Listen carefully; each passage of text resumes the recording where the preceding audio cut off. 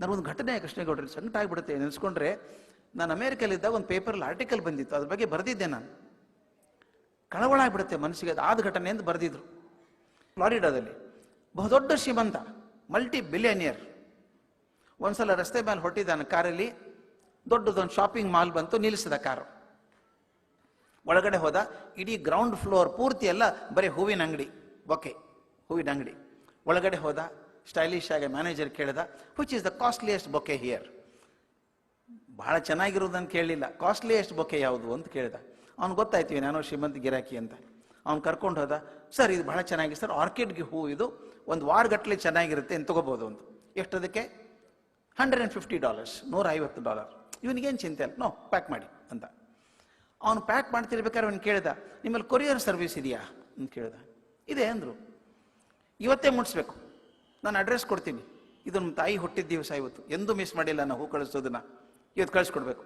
ಆಗ್ಬೋದು ಅಂದರು. ಅವ್ನು ಡೌಟ್ ಬಂತು, ಈ ಕೊರಿಯರ್ನವ್ರು ಹೇಳೋಕೆ ಬರಲ್ಲ, ಇವತ್ತಂತಾರೆ ನಾಳೆ ಕೊಟ್ಬಿಡ್ತಾರೆ.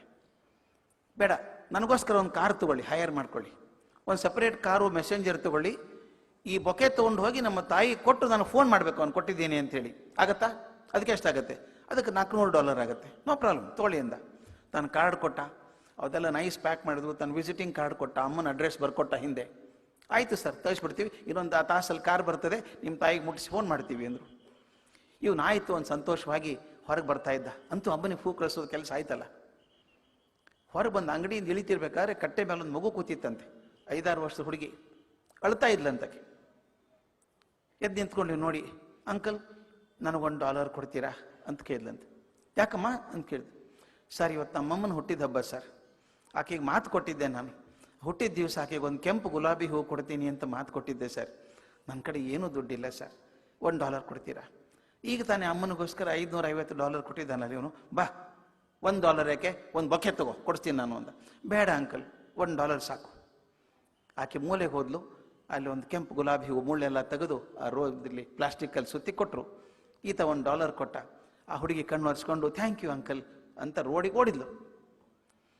ಇವನಂದ ಹುಡುಗಿ ಅಮ್ಮನಿಗೆ ಹೆಂಗೆ ಕೊಡ್ತಾಳೆ ನೋಡ್ಬೇಕು ಅದನ್ನ ಹೂವು ಅಂತ.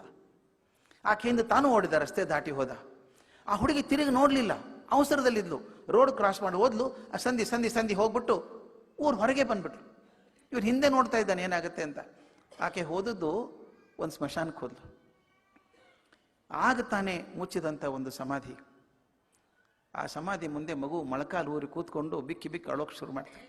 ಅಮ್ಮ, ನಾನು ನಿನಗೆ ಮಾತು ಕೊಟ್ಟಿದ್ದೆ, ನೀನು ಹುಟ್ಟಿದ ದಿವಸ ಒಂದು ಕೆಂಪು ಗುಲಾಬಿ ಹೂ ಕೊಡ್ತೀನಿ ಅಂತ. ನನ್ನ ಕಡೆ ದುಡ್ಡು ಇರಲಿಲ್ಲ, ಒಬ್ಬರು ಅಂಕಲ್ ಕೊಟ್ಟರು, ತಗೊಳಕ್ಕೆ ನೀನೇ ಇಲ್ಲಲ್ಲಮ್ಮ, ನೀ ಎಲ್ಲಿದ್ದೀಯೋ ಅಲ್ಲಿ ನನಗೆ ಆಶೀರ್ವಾದ ಮಾಡು ಅಂತ ಆ ಸಮಾಧಿ ಮೇಲೆ ಕೆಂಪು ಗುಲಾಬಿ ಉಟ್ಟು ಹುಡುಗಿ ತಲೆ ಬಗ್ಸಿ ನಮಸ್ಕಾರ ಮಾಡ್ತು. ಹಿಂದೆ ನಿಂತಿದ್ನಲ್ಲ ಶ್ರೀಮಂತ, ಅವನಿಗೇನು ಅನಿಸ್ತು, ನೋಡ್ತಾನೆ ಕಣ್ಣಲ್ಲಿ ನೀರಿದೆ. ಶರ್ರ ಅಂತ ಓಡ್ದ, ಅಂಗಡಿಗೆ ಹೋದ. ಕಾರ್ ಬಂತಾ ಅಂತ ಕೇಳ್ದ. ಇಲ್ಲ ಬರ್ತಾ ಇದೆ, ಕ್ಯಾನ್ಸಲ್ ಮಾಡಿ, ಕಾರ್ ಕ್ಯಾನ್ಸಲ್, ಬೊಕ್ಕೆ ನನಗೆ ಕೊಡಿ.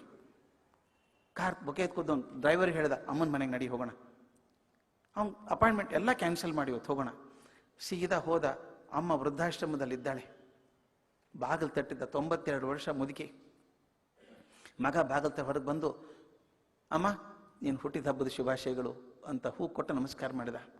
ಯಾಕೆಂದ್ರೆ ನೀನು ಯಾಕೆ ಬಂದ್ಯಪ್ಪ ಹುಡುಗ, ನೀನು 108 ಕೆಲಸ ಅಲ್ಲೋ, ಬಹಳ ಬ್ಯುಸಿ ಇರ್ತೀಯ ನೀನು, ಪ್ರತಿ ವರ್ಷ ಕಳಿಸೋಂಗೆ ಹೂ ಕೊಟ್ಟರೆ ಸಾಕಾಗಿತ್ತಲ್ಲ ಅಂತ ಅಮ್ಮ ಅಂದ್ಲಂತೆ.